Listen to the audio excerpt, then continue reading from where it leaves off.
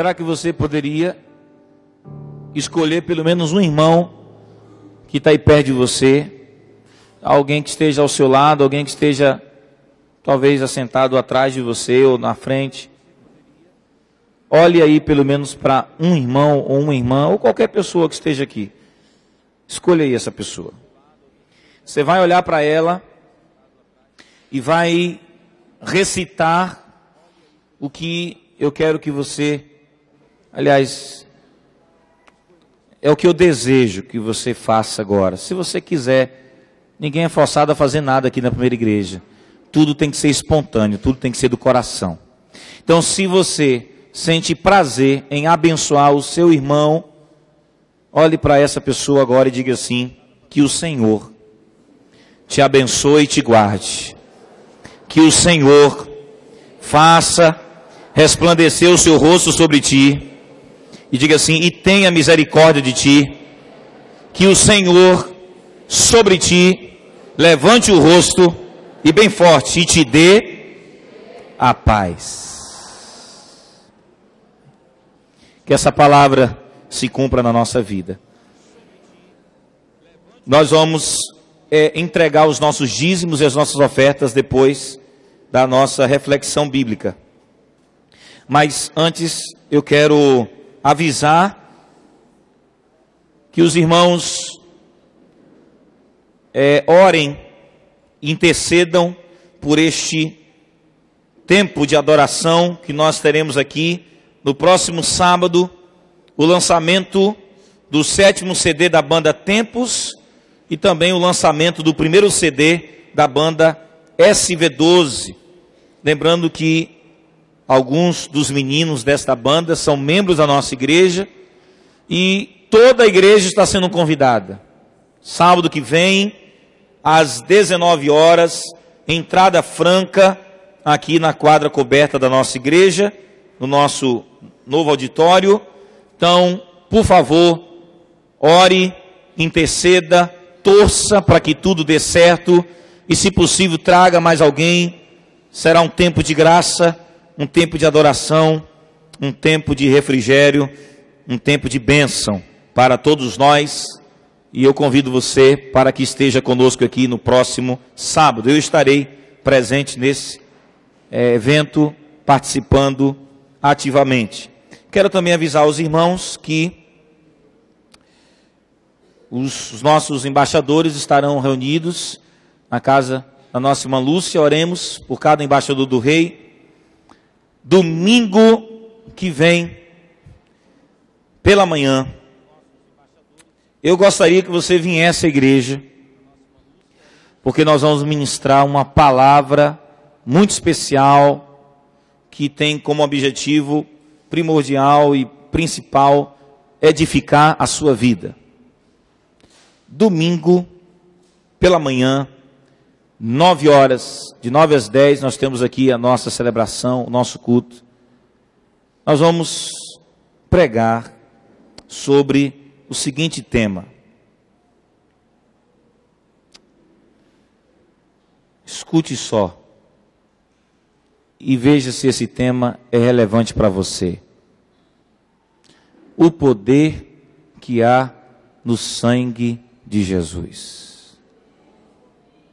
Eu recomendo que você traga mais pessoas. Domingo pela manhã será um tempo especial. Nós vamos pregar sobre o seguinte tema: o poder que há no sangue de Jesus. Se você puder, acorde mais cedo domingo de manhã. Você está me ouvindo? Se você puder, esteja aqui domingo pela manhã e logo após teremos a nossa escola bíblica. E domingo à noite nós vamos pregar sobre o seguinte tema: quando Deus está conosco, o mal não pode nos atingir. Eu vou mostrar isso biblicamente, não é coisa da minha cabeça. Eu vou dar continuidade aos estudos que eu tenho feito sobre o profeta. Que profeta eu tenho mencionado todo domingo à noite? Isaías. Tem tanta gente acompanhando esses estudos. Quando o mal se levanta contra nós, se Deus estiver conosco, e se Deus não permite o mal nos tocar, não tem mal que derrote a nossa vida. Eu espero você domingo de manhã para ouvir o poder que há no sangue de Jesus. E domingo à noite, a partir das 18h30, o Deus que não permite que o mal nos atinja. Você não pode perder estas duas reflexões. Ok? Então, hoje à noite, quem veio está se autodenunciando como uma pessoa ansiosa. Eu pensei que não daria ninguém aqui hoje à noite no nosso culto. Os irmãos, eu acho que perceberam que nós não estamos no nosso novo auditório, porque as paredes já estão sendo levantadas, glória a Deus. Logo, logo teremos aí o nosso prédio com nossas paredes levantadas. E a gente decidiu que seria melhor estarmos aqui, porque a poeira está comendo solta lá fora. Mas sábado o nosso auditório estará pronto, domingo de manhã e à noite estaremos nesse nosso novo auditório. Eu já até perdi o costume de estar nesse. Na verdade, a gente se acostuma com o outro e não quer voltar mais para o antigo. Mesmo porque Deus faz novas todas as coisas. E em nome de Jesus, um dia, aquele santuário lá, que para muita gente é grande, para mim já se tornou um santuário pequeno. Em nome de Jesus, ele não vai demorar de se tornar mais um antigo santuário da nossa igreja. Porque o que Deus tem para essa igreja é muito mais do que a gente imagina. Quem crê nisso diz amém. Porque igreja não vive pelo que vê, igreja vive por fé. A Bíblia não diz que o justo viverá por aquilo que é planejado. A Bíblia diz que o justo viverá por fé. Se a gente liderar a igreja pautado apenas naquilo que a gente vê ou naquilo que a gente planeja, a gente vai deixar de seguir a Bíblia. O justo vive por fé. E pela fé eu creio que este sonho se realizará. Depois desse auditório virá um muito maior que esse auditório aí. Será muito maior, quem sabe para umas 10 mil pessoas. Essa semana eu já estava olhando uns terrenos aqui. Aí eu falei assim, Deus, a gente não tem dinheiro para comprar não, que a gente está construindo ainda um auditório para a gente. Aí eu estou pedindo para Deus quebrantar o coração de uma pessoa que é dona de um terreno aqui, que eu estou de olho nesse terreno. Coitado dessa pessoa. Eu pedi para Deus, para ela dar o terreno de graça para a gente. Amém ou não amém? Amém? Ô pastor, não tem esse negócio de graça. Se Deus quiser, tudo é possível. E se Deus perceber que a gente pode comprar, Ele vai dar o que a gente precisa. Porque futuramente a gente vai precisar de uma área muito maior que essa aqui. Mas irmãos, quando eu disse assim, quem veio, acho que veio se autodenunciando como sendo uma pessoa ansiosa. Porque eu falei assim, olha, só vai estar aqui quinta-feira quem está disposto a lidar com esse assunto, que eu tenho certeza que não é problema para as pessoas que estão me ouvindo nessa noite.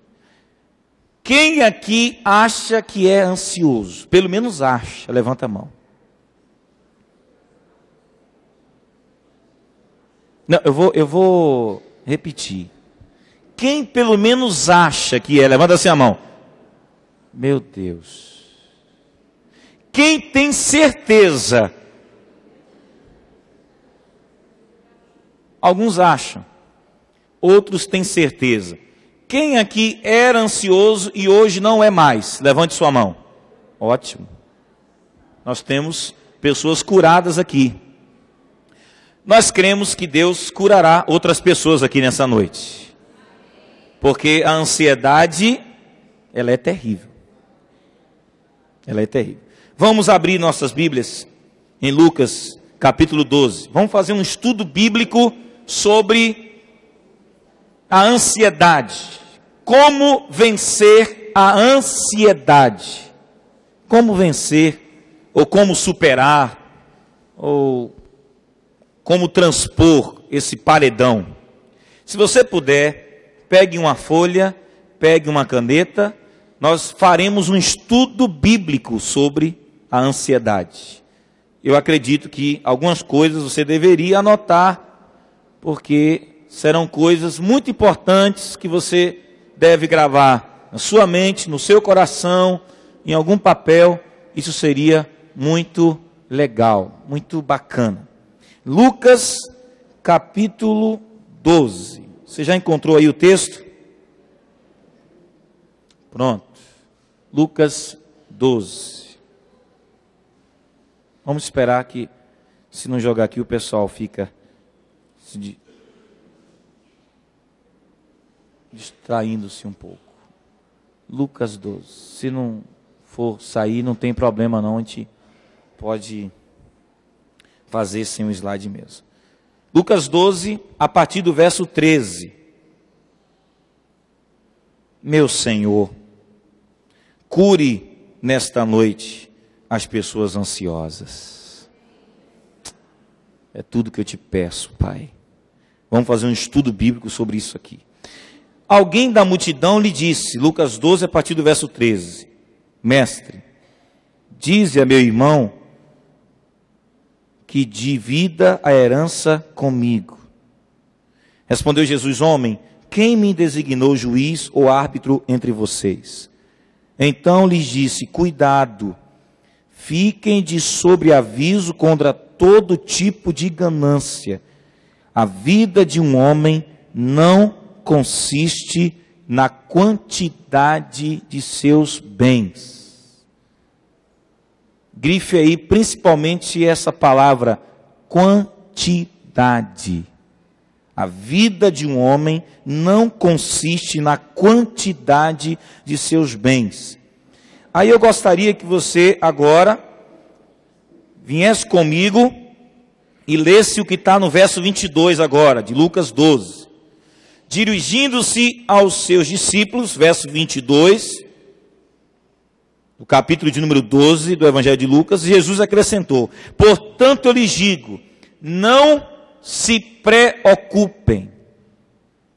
A palavra preocupação aí é a palavra que representa esse troço, esse trem louco, essa coisa terrível que é a ansiedade. Não se preocupem. Fala aí para o irmão que está ao seu lado, querido, fica despreocupado em nome de Jesus. Fica despreocupado. Porque Jesus disse, não se preocupem com a sua própria vida, quanto ao que comer, nem com o seu próprio corpo, quanto ao que vestir. A vida é mais importante do que a comida, e o corpo mais do que as roupas. Até aí tá bom, porque depois a gente vai fazer uma exposição de cada versículo que aparece do capítulo 12 de Lucas, a partir do versículo de número 13. Irmãos, eu não gostaria que nesse momento nós nos atêssemos muito a essa questão conceitual sobre a ansiedade, porque eu acredito que todo mundo aqui já sabe o que é ansiedade. Ansiedade é ausência de paz interior, que a gente fica muito agitado. Ansiedade é esse negócio louco que faz a gente perder o apetite, faz a gente perder o sono, faz muito crente deixar de confiar mais em Deus. A ansiedade, segundo aqueles que estudam a raiz da palavra, significa estrangulamento das emoções. Quem vive ansioso estrangula-se. Você já viu alguém sendo estrangulado? Você já viu alguma foto num jornal ou numa revista de alguém que foi estrangulado? Geralmente é uma cena terrível. É uma foto que gera muito medo. E segundo a etimologia da palavra, a ansiedade é o estrangulamento das emoções. É como se você pegasse as suas emoções e as pisasse, e as achatasse.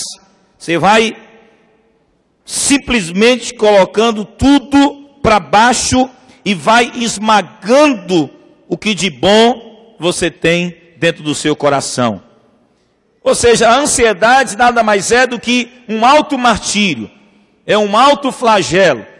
É como se você pegasse um chicote emocional e desse um monte de chicotadas na sua própria alma, no seu próprio coração, na sua própria vida.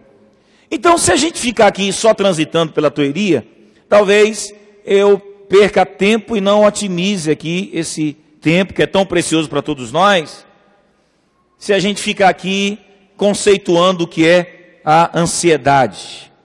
Ou seja, simplificando tudo, trocando por miúdos e falando de forma bem simples. Toda pessoa ansiosa, ela vive diariamente agitada. Ela não consegue desfrutar de quietude de alma. Ela não consegue parar para refletir com calma sobre os seus problemas, as suas dificuldades, as suas limitações, as suas mazelas. E geralmente ela vive numa agitação neurótica e frenética. A mente dela vive completamente atingida e governada por pensamentos mil. É gente que pensa em milhões de coisas ao mesmo tempo. Sintoma de gente ansiosa. Geralmente uma pessoa ansiosa, ela não consegue terminar nada. Sabe por quê? Porque ela está no meio de um processo e já está pensando no outro que ela tem que iniciar. E aí ela tende a desistir facilmente dos sonhos. Por quê? Porque tudo que diz respeito à vida demanda tempo. E a pessoa ansiosa, ela morre de medo dessa palavra, tempo. E quando a gente diz assim, meu irmão, o Salmo 40 diz, esperei, ela já fala, não, por favor, não precisa recitar porque eu já sei. Geralmente a pessoa ansiosa, ela detesta o Salmo 40. Esperei com... Não, e vão falar mais lento, porque o texto já denota uma certa lentidão, respeita a dinâmica da vida, respeita aquilo que Deus quer fazer na nossa vida, que geralmente é sempre paulatino, processual. Vamos falar mais lento. Quem é ansioso não vai conseguir me acompanhar, quer ver? Esperei com paciência no Senhor. O namorado ainda não chegou, a irmã tem 30 anos querendo casar. Esperei com paciência no Senhor. A irmã já está prestes a morrer e todo mundo vai dizer no velório dela, morreu sendo da titia. E ela em vida falava, esperei com paciência no Senhor. Possivelmente eu estou pregando aqui para pessoas que também estão desempregadas. Ler esse texto quando o desemprego ele é uma realidade na nossa vida é muito complicado. Esperei com paciência no Senhor. Pastor, até hoje aquele meu marido ignorante, o Espírito Santo não transformou a vida desse homem. Esperei com paciência no Senhor. Pastor, tem uma jararaca encapetada, eu casei com essa mulher e não sei o que fazer com essa miserável. Esperei com paciência no Senhor. Pastor, já tentei o vestibular na UFBA e na USP e na Unicamp 10 vezes e não consegui passar. Esperei com paciência no Senhor. Difícil, não? Lê esse texto quando nós nos deparamos com os embates existenciais que nós enfrentamos. Difícil você recitar esse texto quando você percebe que as coisas estão desgovernadas. Difícil você recitar esse texto quando você percebe que o melhor seria tomar logo uma atitude precipitada e tentar resolver utilizando as suas próprias forças. Pastor, é muito difícil recitar esse texto. Se você tem dificuldade com esse texto, já é um sintoma que comprova cabalmente que você é uma pessoa ansiosa. Coloca a mão aí no ombro do irmão que está ao seu lado e diga assim: acalme-se. Pastor, não consegui ainda comprar minha casa própria. Diga para o irmão que está ao seu lado: acalme-se.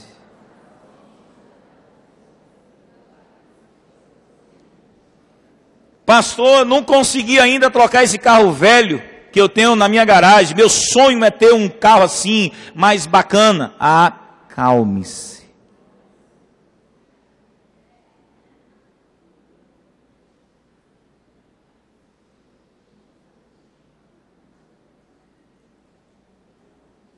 Ó Deus, tem muitos corações aqui agitados. Eu vou agora só dar uma pista aqui, que daqui de cima eu sei quem está ansioso. Que aí eu tenho o meu olhar pastoral e meu olhar clínico como psicanalista. Ó. Toda pessoa ansiosa, ela não consegue ficar parada como Carol fica. Que Carol é uma pessoa que não é ansiosa.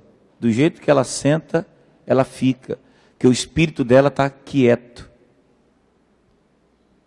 Geralmente uma pessoa ansiosa, ela é agitada. Ela não consegue nem sequer ficar parada em nenhum lugar. O próprio corpo dela fala e demonstra que a alma está extremamente agitada. Fala para o irmão que está ao seu lado uma coisa que ele não ouviu ainda. Olha para ele e diz assim: acalme-se.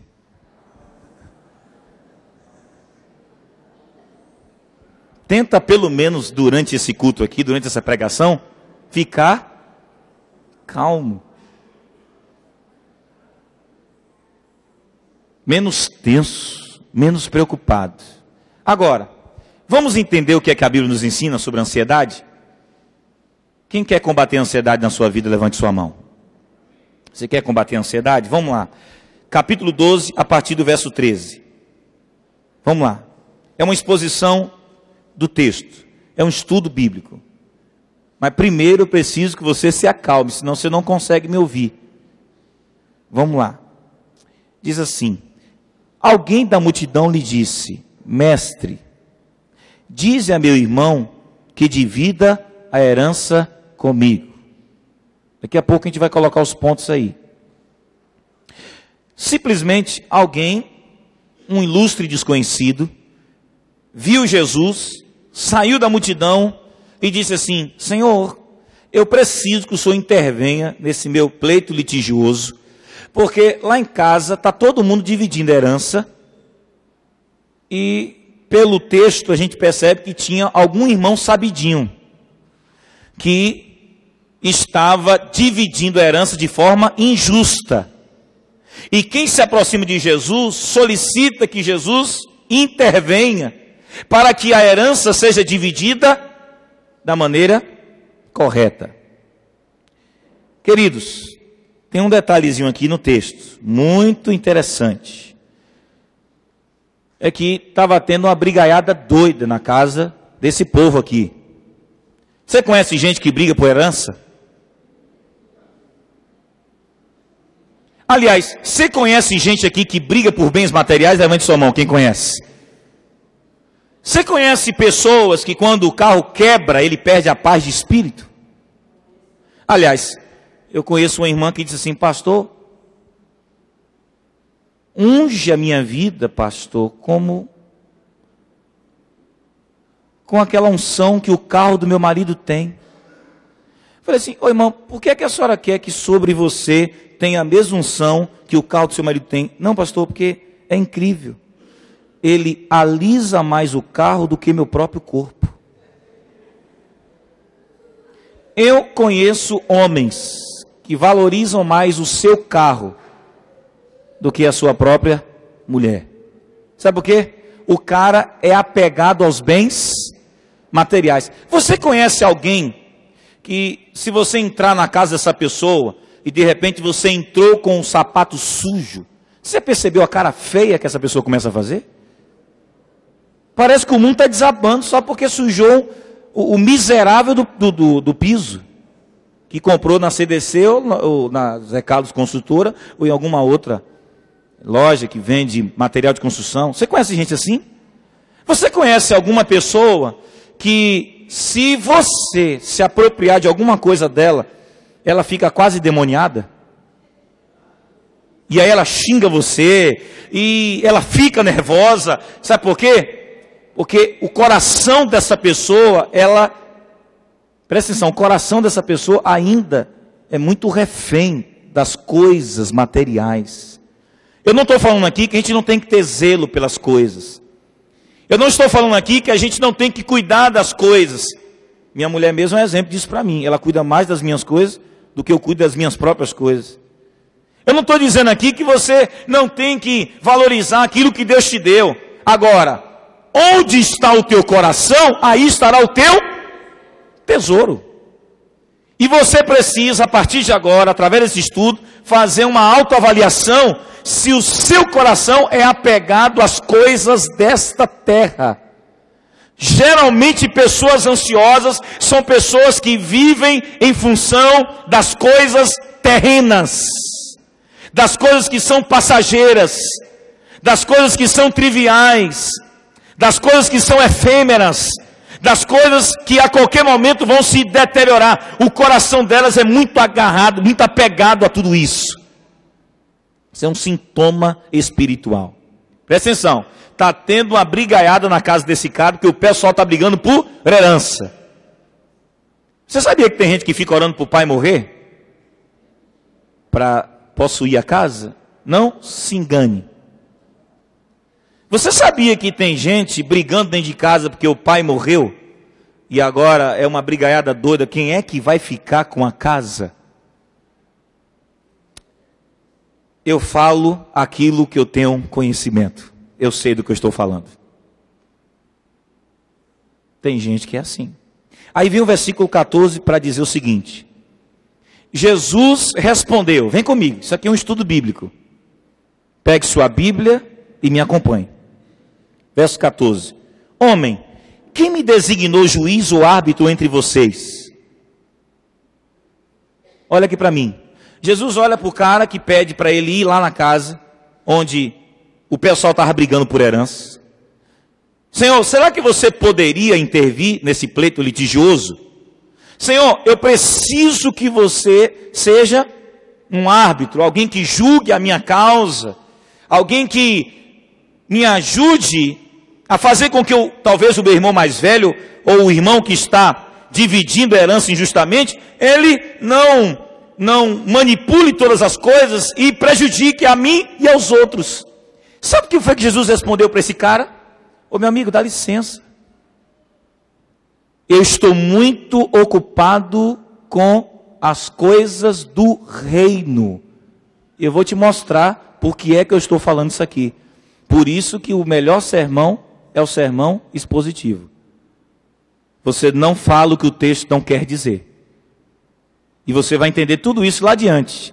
Jesus está dizendo para ele assim: meu irmão, eu não vim para resolver esse tipo de problema.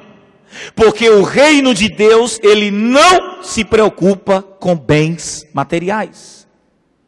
Os bens materiais não são prioridades no reino de Deus. As conquistas humanas não fazem parte da hierarquia de valores que regem o reino de Deus.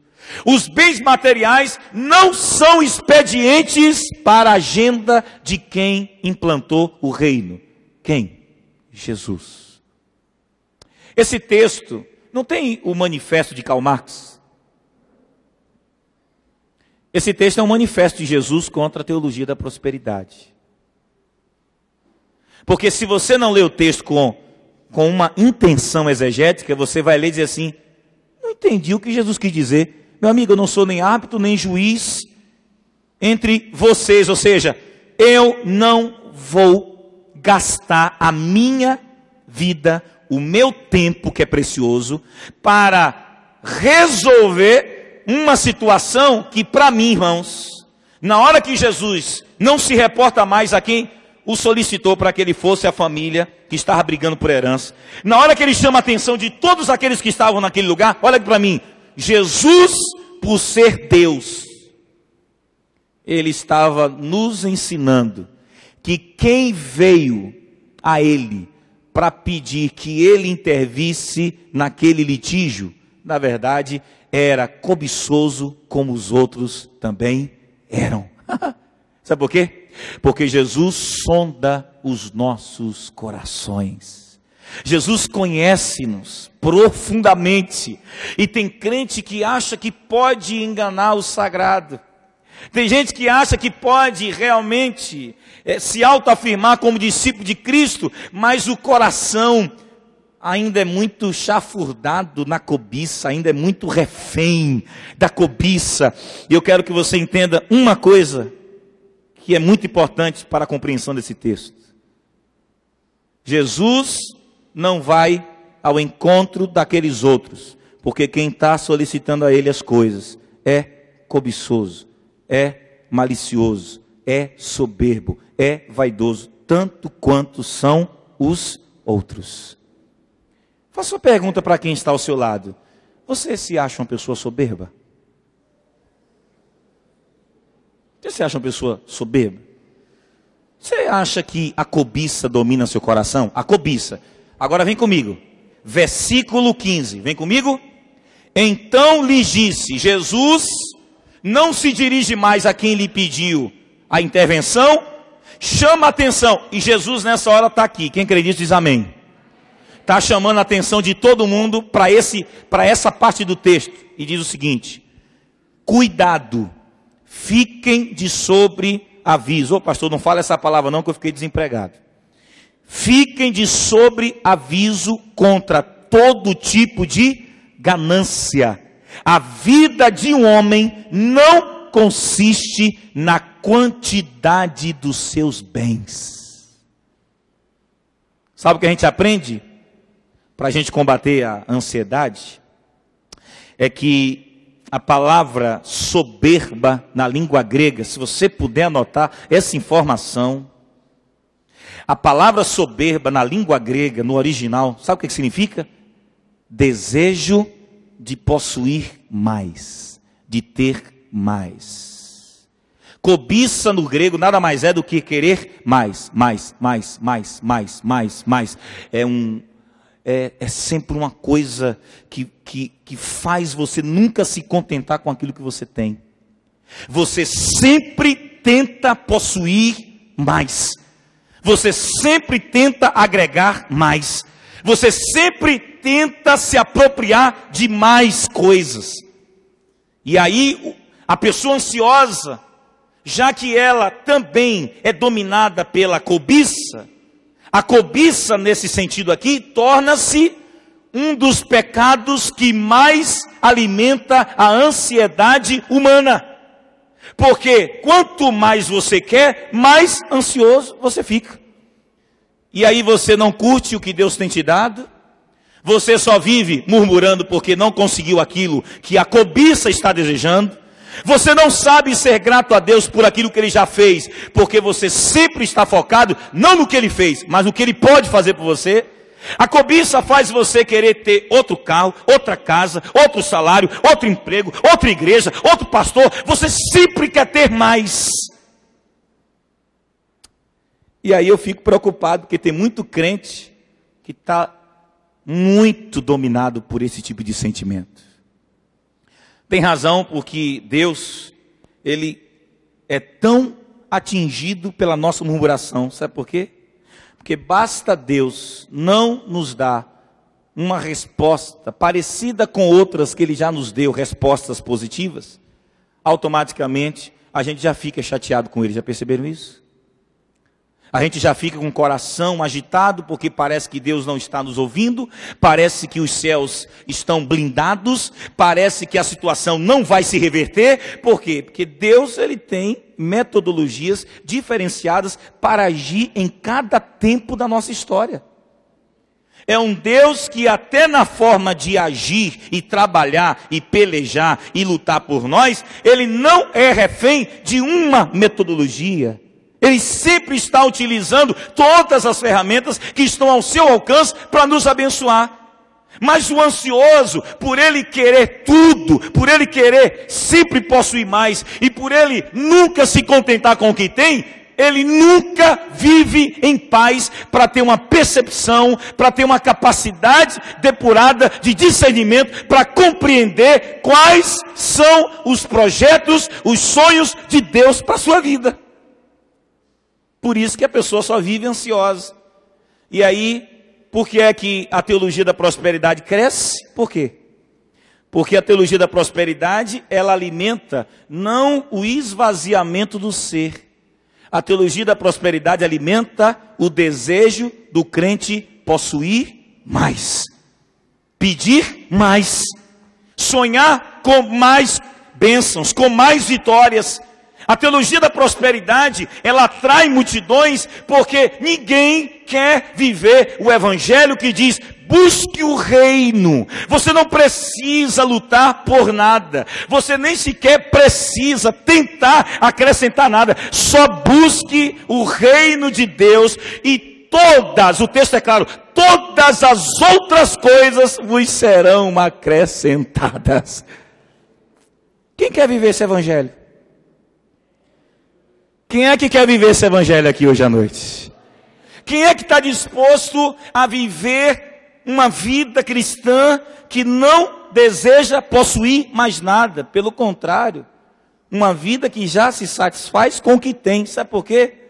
Porque nós temos, como disse Paulo, nós que somos vasos de barro, temos em nós um tesouro que é Jesus.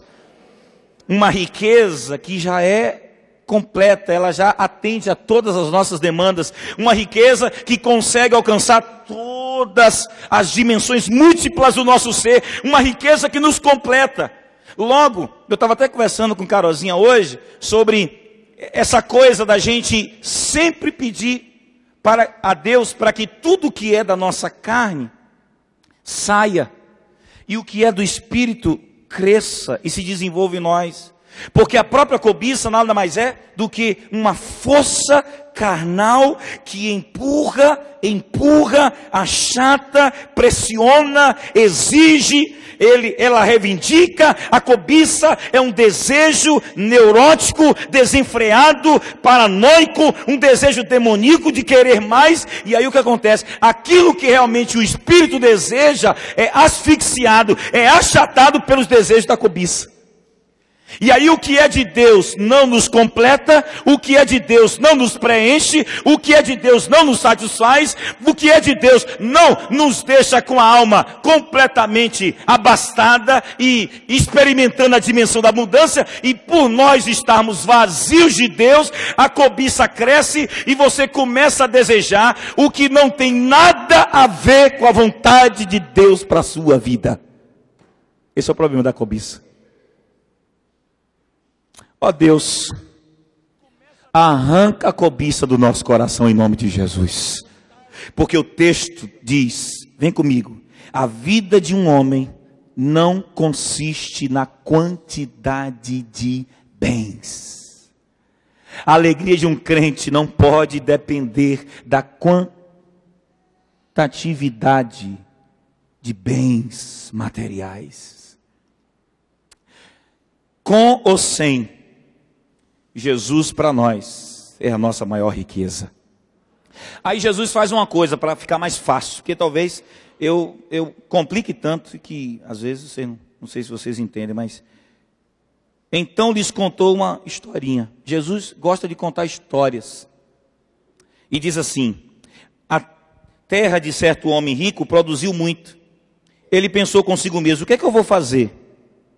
Não tenho nem onde armazenar minha colheita. Ou seja, o cara era tão rico que não tinha depósito que coubesse as riquezas do cara. Presta atenção, vem comigo. Versículo 17.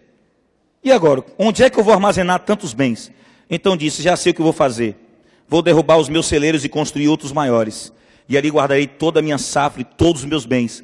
E darei a mim mesmo. Você tem grande quantidade de bens armazenados para muitos anos. Descanse, coma, beba e alegre-se.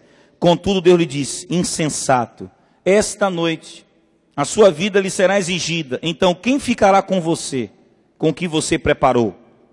Assim acontece com quem guarda para si riquezas, mas não é rico para com Deus. Eu quero que você aprenda uma coisa. Quer combater a ansiedade? Olha para esse primeiro slide aqui. Em primeiro lugar, quer combater a ansiedade? Desperte a sua consciência. Desperte o seu desejo pela eternidade. Eclesiastes capítulo 3, versículo 11, a Bíblia diz que Deus plantou no homem o desejo pela eternidade. O pastor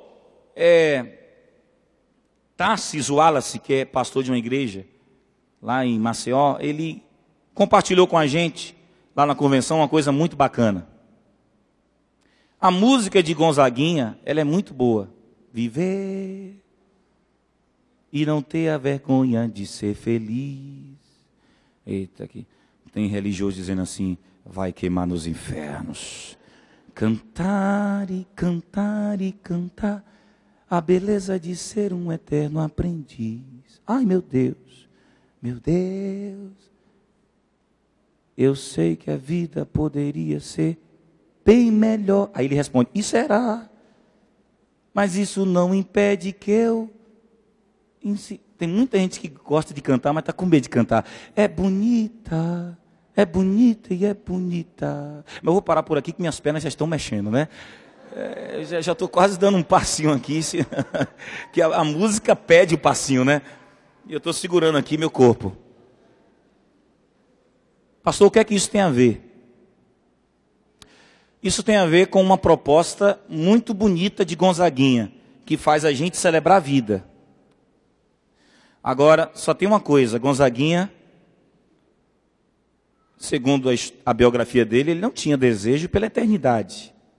É preciso ter cuidado com essa música. Ela é muito boa, mas ela não deixa de ser uma proposta tácita, muito... Aquela coisa que acontece assim, ó, no calar da noite... Como se a vida aqui fosse tão boa que a gente não necessitasse pensar em uma outra vida. E a Bíblia diz, irmãos, que nós somos eternos. O único ser da criação que é eterno é o homem. E sabe o que a gente percebe? É que crentes ansiosos perderam o desejo pela eternidade. Porque se eles se lembrassem que nós estamos aqui apenas de passagem, por quê? Se permitem se tornar reféns daquilo que é passageiro. E meus irmãos, me parece que nós estamos absorvendo um evangelho que é interessante. Ele encarna, ele faz conexão com a vida. É um evangelho que pensa sobre as coisas da vida. A igreja evangélica brasileira, pelo menos algumas, estão mudando. A nossa teologia é uma teologia que cada vez mais ela acompanha a dinâmica da vida, mas nós não podemos esquecer, teologia cristã não é só imanência. Teologia cristã não diz respeito apenas à imanência, ao que diz respeito a essa dimensão terrena. Teologia cristã é imanência, mas também transcendência. Deus é Espírito. E eu creio na volta de Jesus. E me parece que é um assunto que para alguns teólogos não... Volta de Jesus, aliás, tem um teólogo aí muito conhecido no Brasil, meus queridos seminaristas, cuidado com o que vocês leem. Porque um homem sábio não lê e absorve as coisas sem criticidade. Um homem sábio, ele filtra as coisas. Tem um teólogo aí no Brasil que domina a mente de alguns seminaristas, dizendo que a volta de Jesus é um projeto utópico. que esse negócio de pensar sobre a volta de Jesus é um tema sem relevância para a igreja do século 21. Meus irmãos, a única coisa que vai dar jeito nesse mundo é a volta de Jesus. É a consolidação da implantação do reino. Tem razão, porque a teologia da prosperidade, ela está se aproveitando de uma teologia superficial, de uma teologia antibíblica, de uma teologia que faz o crente correr atrás daquilo que é efêmero, e esse crente esquece que o próprio texto está dizendo: se hoje alguém pedir a sua alma, vai ficar com quem? O que você produzir nessa terra. Ou seja, a única coisa que sobe é o espírito humano. E aí eu quero que a minha igreja, ela entenda hoje à noite uma coisa que para mim é o que me faz sempre tirar um pouco os olhos daqui. Eu gosto de uma frase do pastor Hernando Dias Lopes, quando ele diz assim, presta atenção: os pés do crente precisam estar firmados na terra. Porque uma igreja também que só pensa na volta de Jesus, é a igreja que utiliza a chamada teologia do escapismo. Ou seja, ela fica pensando tanto no céu que esquece das necessidades da terra. Ela pensa tanto no céu que esquece do irmão que está passando fome dentro da igreja. Ela pensa tanto no reino celestial, no reino vindouro. Ela é tão dominada pelo escatom, ou seja, pela escatologia bíblica, que ela esquece de ser relevante no seu contexto. O problema é que tem gente também que esqueceu o céu e só está plantado na terra. Essa é a teologia da prosperidade, que atende às demandas e os caprichos dos crentes que estão aqui. Mas, meus irmãos, eu quero lhes dizer aquilo que o pastor Hernandes sempre afirma: o crente, os pés dele estão firmados na terra, mas a cabeça está no céu. Porque ele tem que viver? Tem. O crente tem que trabalhar? Tem. O crente pode lutar pelas suas coisas? Sim ou não? Pode. Porque o texto não diz que aquele homem ficou rico de forma desonesta. Ser rico é um problema para Deus? Não. Ser rico é alguém que não está dentro do padrão bíblico? Não. Alguém pode ser rico e ser abençoado? Pode. Alguém pode ter muitas riquezas e ser homem de Deus? Pode. Para Deus nunca foi problema a riqueza. O problema é quem gerencia a riqueza. Agora, tem um detalhe: quando eu firmo os meus pés na terra, eu trabalho, eu luto, eu sonho, eu estudo, eu planejo, eu projeto, eu gosto de pensar em tudo isso, mas a ansiedade não me domina, porque mesmo que nenhum sonho daqui para frente, que eu tenho tanto desejado, que eu tenho tanto planejado, mesmo que mais nenhum sonho, mais nenhum projeto se concretize na minha vida, os meus pés estão aqui, mas a minha mente está voltada para aquele grande dia em que Jesus voltará para buscar a sua igreja. Pés na terra, mente no céu, cabeça no céu, desejando o céu. Alguém aqui deseja o céu? Você sabia que hoje em dia ninguém mais pensa no céu? Você sabia que hoje em dia o povo crente diz assim: não, pastor, aqui está bom demais, para que esse negócio de céu? Não, eu vou lhe provar isso aqui biblicamente. Vale a pena ter pés no chão e cabeça no céu. Sabe por quê? Porque 1 Coríntios capítulo 2, de número 9 diz: aquilo que o ouvido ainda não ouviu, aquilo que o olho ainda não viu, aquilo que nem o coração do homem conseguiu conceber, é o que Deus tem preparado para aqueles que o amam. Irmãos, o que está por vir não se compara com tudo aquilo que a gente conquista aqui nessa terra. O que está preparado para nós é um céu de glória, é um lugar onde a Bíblia diz que o sol da terra não precisa mais atuar, porque Jesus é o próprio sol que ilumina aquele lugar. O que está por vir é um lugar que a Bíblia diz: não se turbe o vosso coração, creiam em mim, creio em Deus. Na casa do meu Pai há muitas moradas. Se eu não diria para vocês que eu vou preparar-vos lugar, mas eu virei outra vez. Eu creio nisso. E eu gosto da última partezinha que diz assim: é para você dar glória a Deus mesmo. Ele diz assim: e eu virei outra vez, para que onde eu estiver, estejais vós também. Tem algo melhor reservado para nós. Então, querido, em segundo lugar, começa a pensar mais no céu. Que Se o carro não vier, você vai dizer assim: obrigado, Jesus, que minha cabeça está no céu e não na terra. Porque a ansiedade não começa nos pés, a ansiedade começa na cabeça, tudo começa na mente. Sim ou não, irmãos? E a casa própria, se eu nunca conseguir comprar? Obrigado, Jesus, porque existe uma casa já preparada para mim. A gente foi visitar a vovó de Carozinha. A gente chegou lá, passou a vida inteira servindo a Deus. Foi embaixadora da Aliança Batista Mundial. A vovó de Carol foi representante, foi a presidente nacional da União Feminina do Brasil. Ela representou os batistas na América, na Europa. Andou o mundo inteiro a vovó de Carol. Está com 99 anos. Está lá deitadinha. Chegamos lá agora para visitá-la em Salvador. Sabe o que ela disse? Ela disse que a gente tinha que servir a Deus com vontade. Falou para Jesaías: meu filho, sirva a Deus sem susto. Invista a sua vida, porque quem serve a Deus chega ao final da vida com uma certeza que valeu a pena servi-lo. E aí, sabe o que ela disse agora da última vez? Ô meu filho, eu quero ir para casa. Mas que casa, vovó? Eu quero ir para casa, mas que volta só está na sua casa? Não, meu filho. Eu sinto que ele está vindo me buscar para me levar para a minha verdadeira casa. É lindo isso. O irmão Irênio, lá da primeira igreja, a melhor igreja do mundo, primeira igreja batista de Ferradas, onde eu me criei. E lá nessa igreja tinha um irmão chamado irmão Irênio. Ele era aquele tipo de crente que entrava no ônibus. E aí, você conhece esse tipo de crente? Que ele entra no ônibus e aí sai evangelizando todo mundo, você conhece? Ainda tem esse tipo de crente? Tem. Eu só sei que esse irmão era daquele que vivia em função de Deus 24 horas. Também era aposentado. Aposentado, está aí uma bênção, é a aposentadoria. Se você souber gerenciá-la, você serve muito a Deus. Porque não tem aposentadoria celestial, né? Só tem aposentadoria terrena. E esse irmão chamado irmão Irênio, ele foi acometido por um câncer. Olha aqui para mim. E o câncer foi comendo ele, comeu os pés, os tornozelos, vai subindo, é um câncer que vai.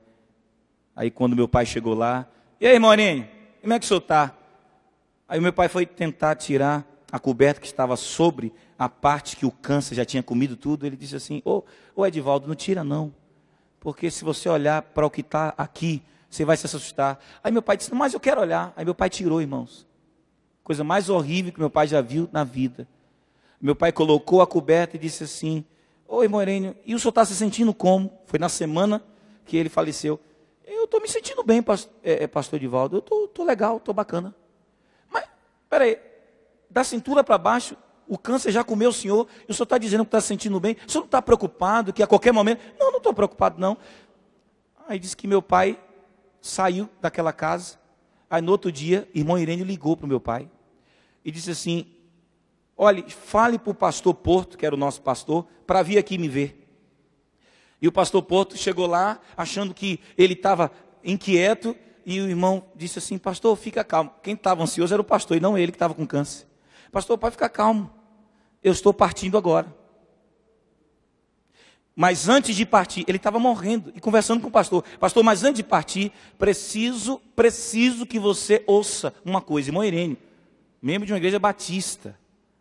E esse irmão disse assim: pastor, tem um detalhe. Ontem à noite, Deus me disse que eu morreria hoje. E eu chamei o senhor porque eu vou partir agora.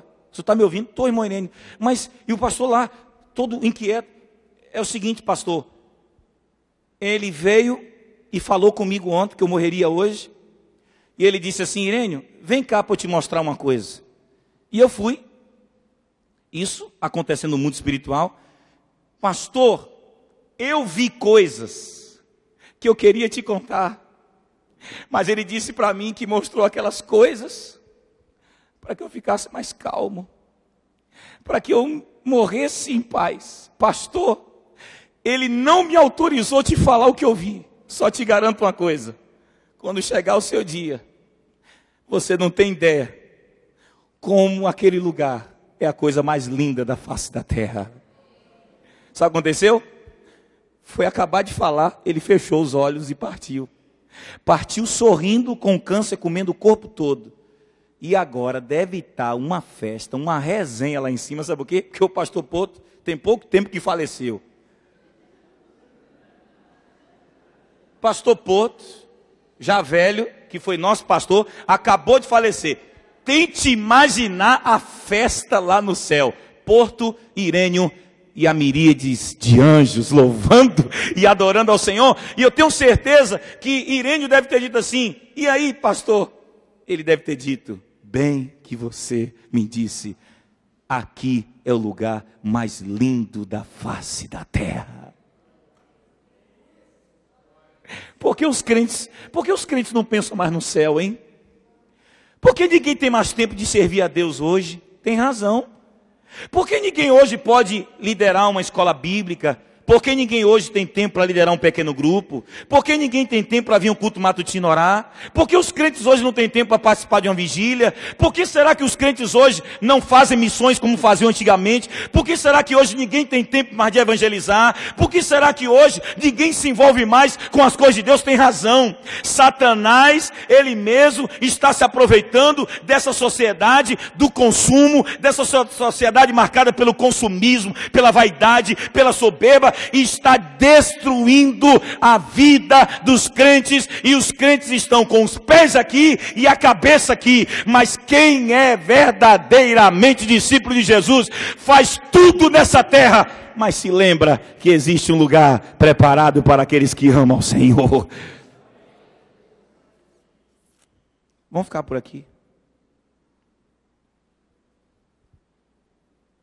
Tem várias coisas aí. Volta aí, Clebinho, o primeiro ponto. Eu tenho aprendido que tem que ser por osmose. Se a feijoada for pesada demais, o pessoal não processa direito a coisa. E como assim, eu não sei se é desejo de Deus, como minha vontade é passar 20 anos, ou seja, tenho 20 anos para terminar esse sermão. Como tem muito tempo para a gente viver junto, eu não preciso pregar tudo numa só noite. Sabe por quê? Porque eu acho que se hoje você entendeu que você tem que voltar a sonhar com o céu, no mínimo, você sairá daqui com o coração mais tranquilo. Você sairá daqui com o coração mais em paz. Tem alguém que vai para esse lugar aqui? Tem alguém aqui que vai ver Irênio, Portos? Vai ver mais quem? Vai ver mais quem lá? William Karen, um dos grandes missionários. Vai ver mais quem lá? Semilda, Jaime, quem mais? Tem muita gente boa que está falecendo. Irmão Conrado, eu vou ter que chegar lá no céu de paletó, senão ele vai dizer assim: Deus, não está certo, como é que pode, Deus? Até no céu ele quer entrar sem paletó, esse negócio de calça jeans, não, está errado isso. Quem mais você vai encontrar lá? Algum amigo seu já partiu? Algum amigo que era de Jesus, levante sua mão. Tem uma boa notícia para te dar. Já estão lá em festa, esperando por você. Pare de pensar que a vida é só aqui. Pare de pensar que a vida é só aqui. Síndrome de Raul Seixas, que até o inferno é aqui. Aquele estava endemoniado. Seria bom demais se o inferno fosse aqui. Seria bom demais. O problema é que talvez Raul Seixas deva estar dizendo: seria muito bom se eu tivesse pensado direitinho. Que o inferno não era lá. O inferno é onde eu estou. Porque quem não crê em Deus e em Jesus não vai morar nesse lugar. E eu não posso abrir mão dessa verdade. Alguém aqui gostaria de morrer hoje mesmo?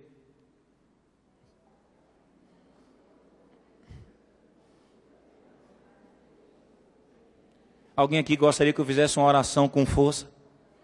Você conhece a oração com força? Não?